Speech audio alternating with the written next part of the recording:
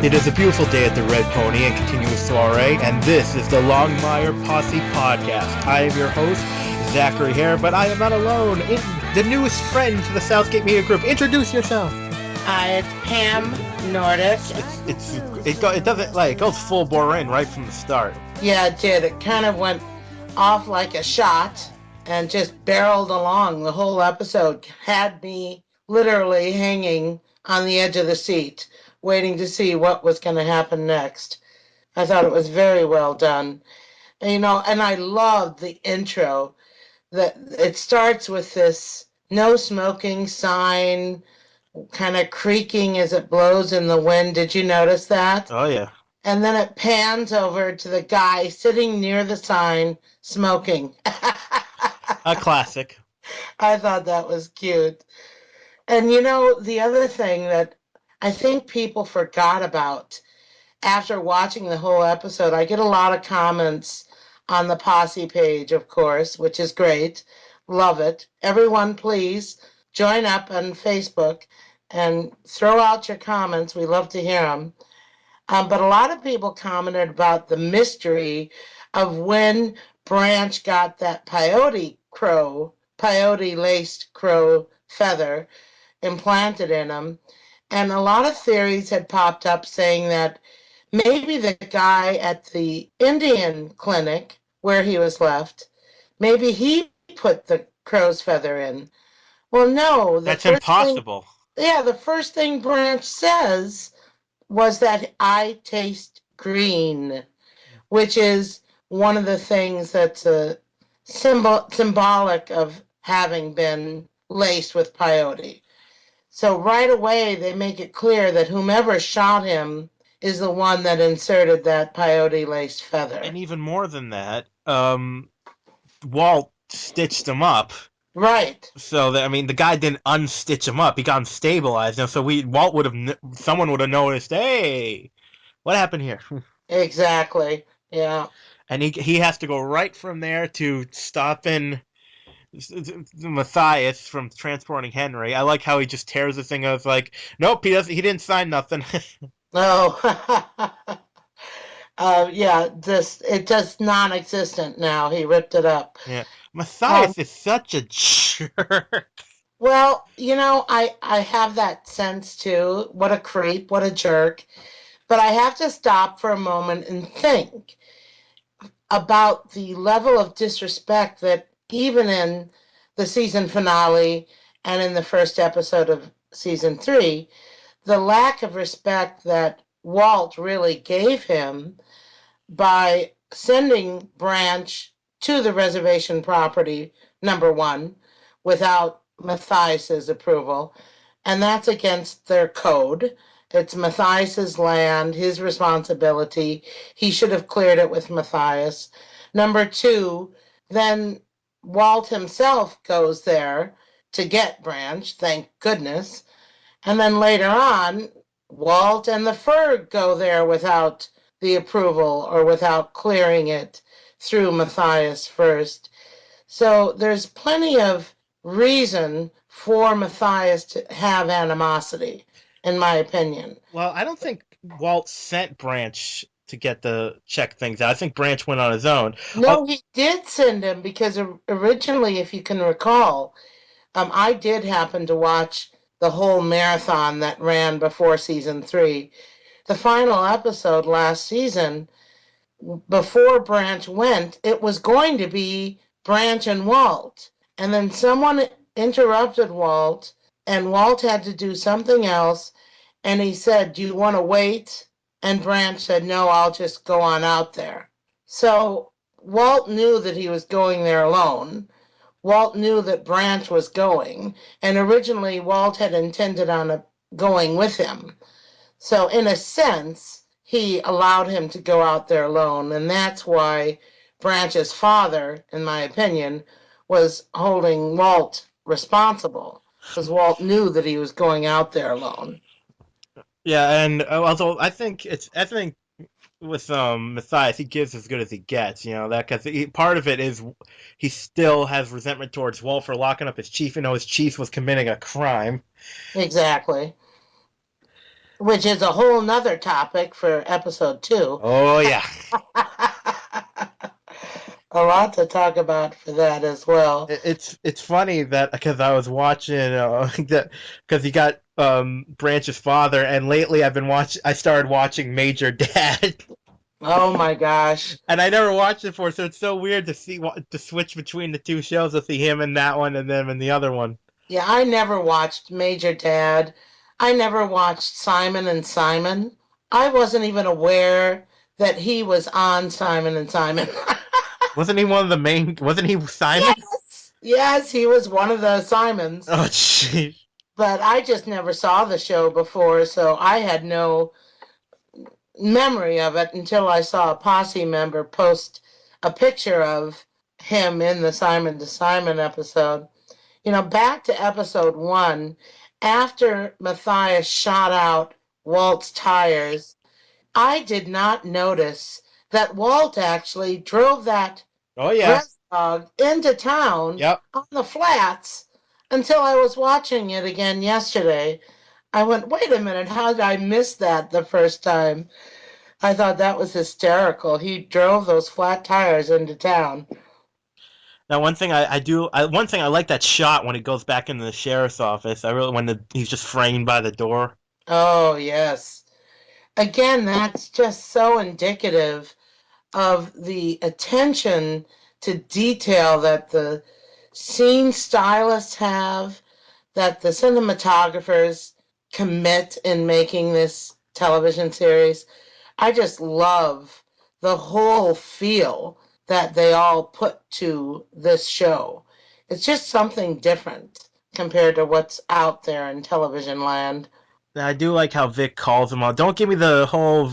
I forget what actor she said. She's like, oh, I'm blanking on what actor she said, but don't get me all silent. And he actually just go right on tells Oh, her. the Gary Cooper line. That's it.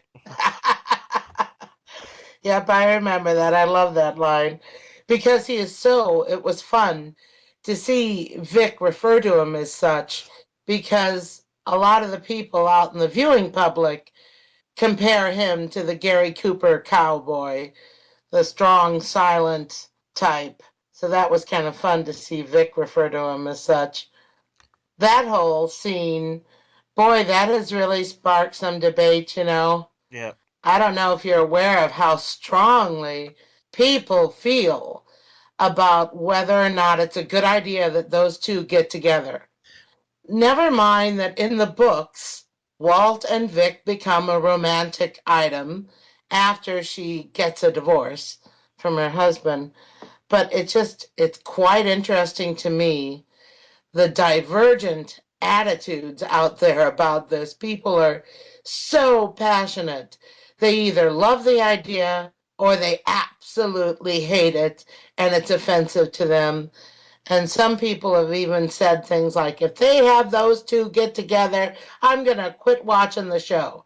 So that's how passionately people feel about this because of their age difference, probably primarily, and the moral aspect of it as she's currently married to someone else. I just think it's really kind of fun to stoke that fire on the posse page because every time I bring up the topic, I get the really strong opinions both ways. Now, do you think because sometimes shows based on books diverge? You think they're still going to hook them up in the show? They have been foreshadowing this for a long Oh time. yeah. Last season, they even put out a promotional video of Walt and, well, Robert Taylor and Katie Sackhoff talking about their characters' feelings for each other. And that was great. I reposted that the other day on the Posse page. And I just wanted to bring up the fact that this is something the producers have known about. They know it's in the books. And I think they've been foreshadowing it for a while. And there's been many times last season, for instance, when Katie was in the hospital, Walt's daughter, Katie, and Vic comes in the hospital room and she approaches Walt from behind, puts a supportive hand on his shoulder and then quickly withdraws it, as if she recognized what that meant to her to touch him. And he was oblivious to that touch. He didn't have those same feelings. So they've been foreshadowing this for a while. So I don't know what they're going to do with it. I have no insight on what they're going to I directly bet they do drag for, it out. but they are going to drag it out, no question, because she's still married. And Mike Mosley, who plays Sean, I think he is going to be back in a future episode, even though he's recording or filming Sirens, the new television series on a different network. I think he's going to be back in a future episode. I didn't like last season when they had his girlfriend like walk in on them again. She immediately like, oh, something's going on. It's like I'm walking out. It's like, wow, somebody's judgmental.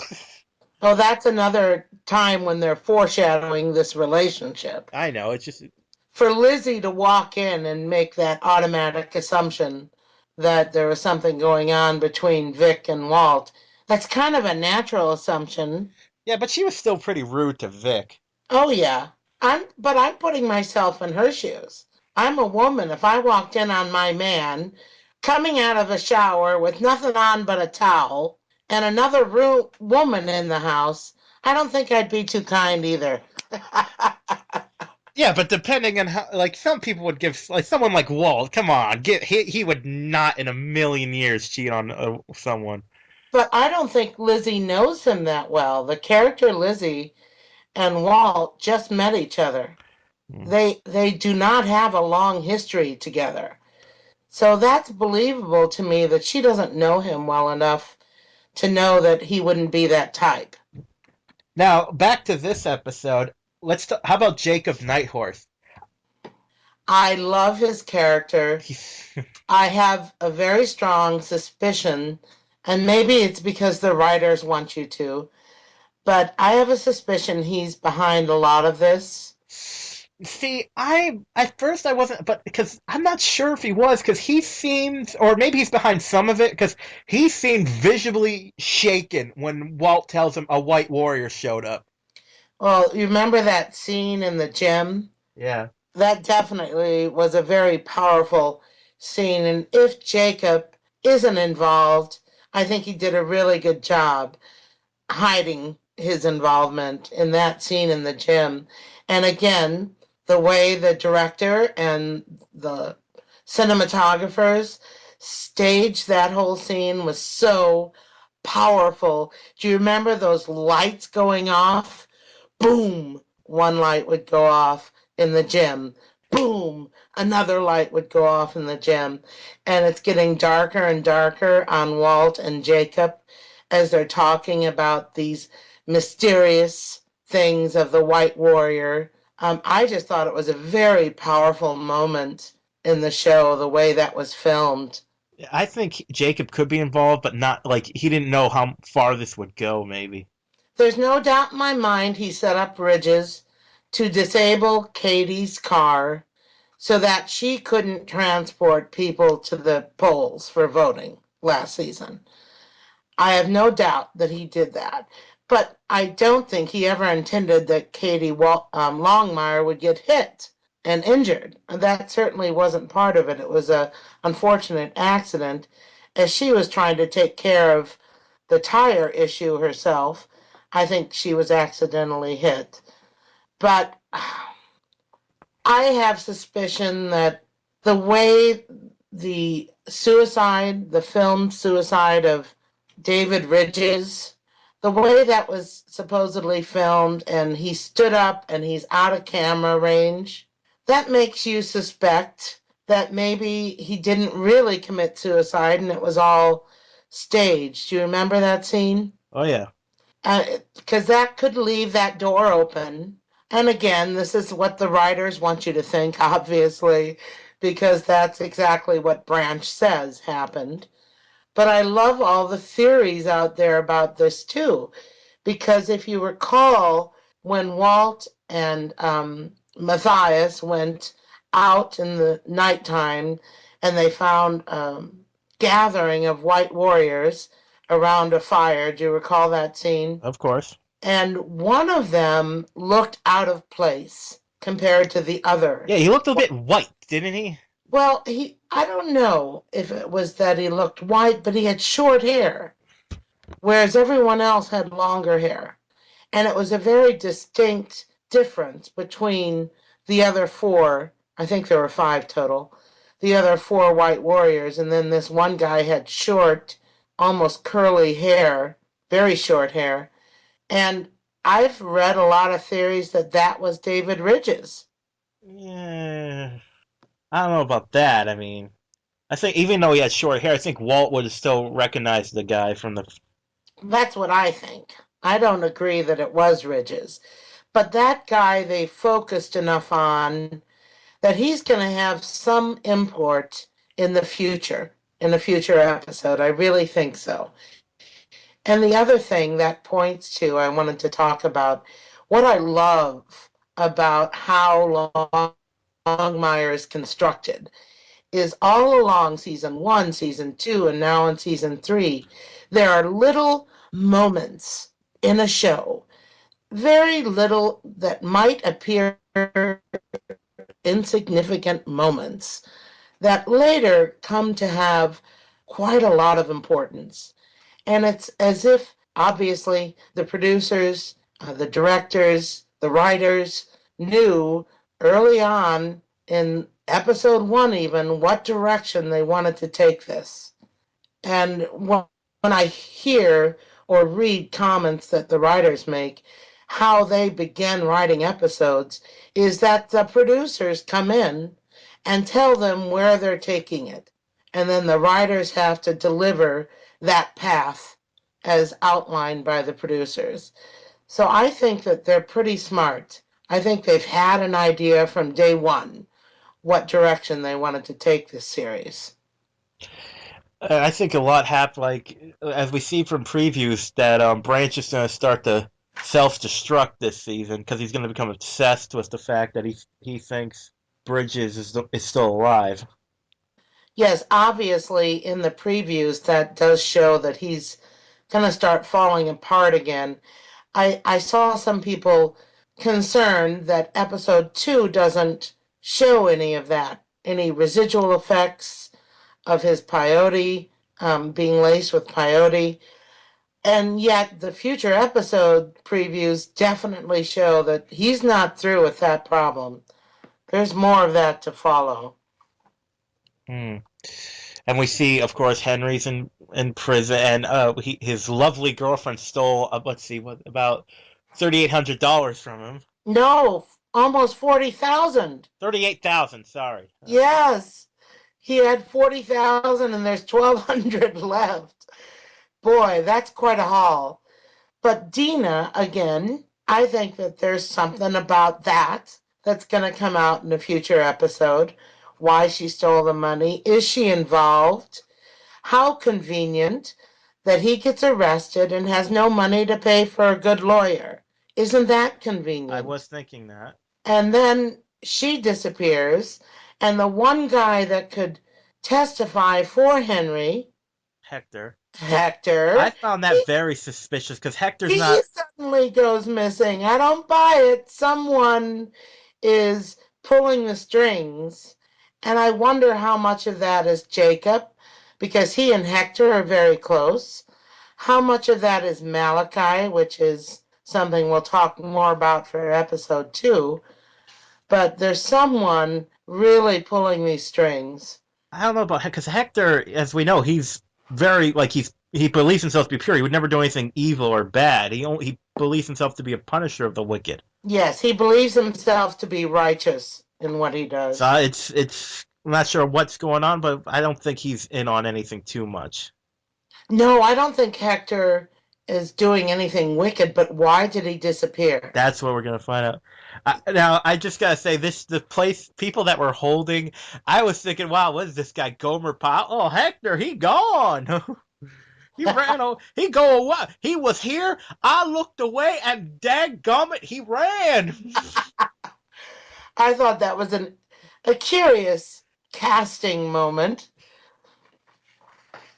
that that sheriff deputy that spoke that way. Because we're not in the deep south here.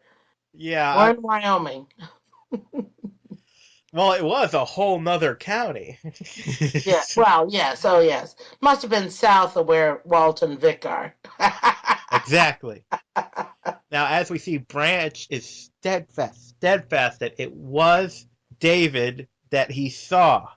So, I mean, I can't wait to find out. Is he crazy? They're like, oh, it's gonna be great finding out. Like, It sure will. because And at the theories abound as to what all that means. yes. Because ultimately, his DNA was supposedly found in the ashes. Now, could you just put like your hair or something and get that? Could that happen? Well, technically, from people I've encountered that are in the know, technically you couldn't get anyone's DNA from ashes. So the experts have said, but hey, it's television. But even if it were David's DNA, who says it wasn't added by some other means, such as hair? Or maybe he died after Branch was killed. There's people out there that have that theory, that believe that he survived the suicide video and that somehow he was killed or died after Branch was shot. And again, that points to who's behind it all. That's the big mystery. Think for a moment back to Hector. If you remember in prison, when Walt went to visit Henry, he spoke to Henry in the presence of a prison guard. And he told Henry that they were going to find Hector. I think that that prison guard overheard Walt speaking to Henry about Hector, because then the very next scene, Hector disappears. Do you remember that? Hmm. There was a prison guard standing right behind Walt and Henry, and I think that prison guard's on whoever's payroll and then told them what Walt planned on doing, because that was the way of getting Henry out of there. Hector could testify that why those teeth were at Henry's and that it wasn't Henry that pulled the teeth. Yeah, It but was why would Hector leave? That's the weird part. again, someone dropped something on him, said something to him that caused him to leave. So it's all such a I can't wait. They're just leaving you hanging here. I cannot wait to find out what's next. I mean, it's obvious that Walt thinks that Branch is he's just going spiraling. Well, I thought that it was really strange when Branch was hallucinating in a dream that the White Warrior was over him and he began choking him, and it ended up being Katie. I thought the way Branch handled that was kind of Yeah, jerky. Afterwards, he didn't apologize to her. He just said I was dreaming.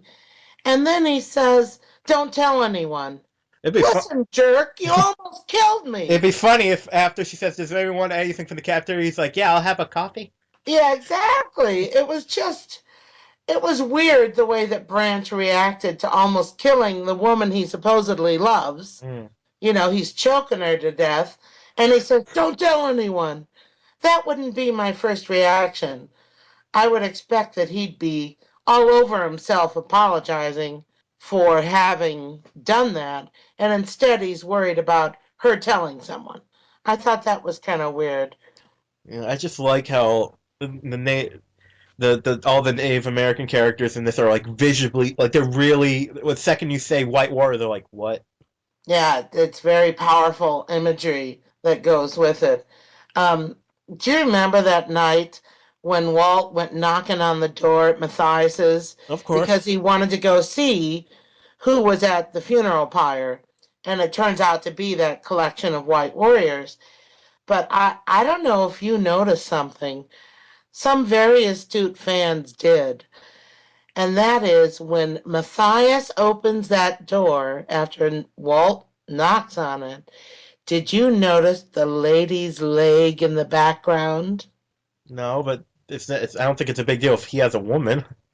I just think, again, these producers, these directors, the writers, they plant these little moments.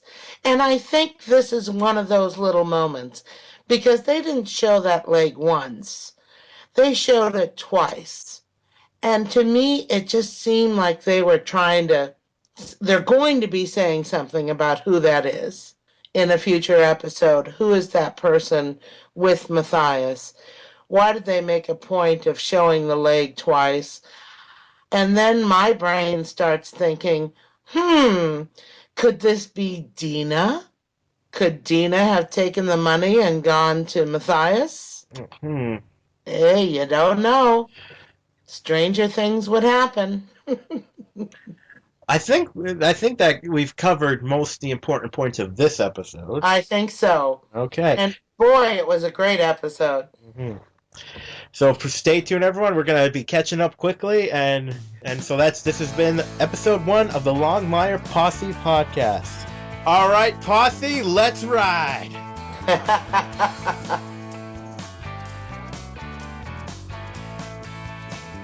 If you would like to donate to help pay for this and other Southgate Media Group podcasts, simply go to our website, southgatemediagroup.com, and click on the donate button.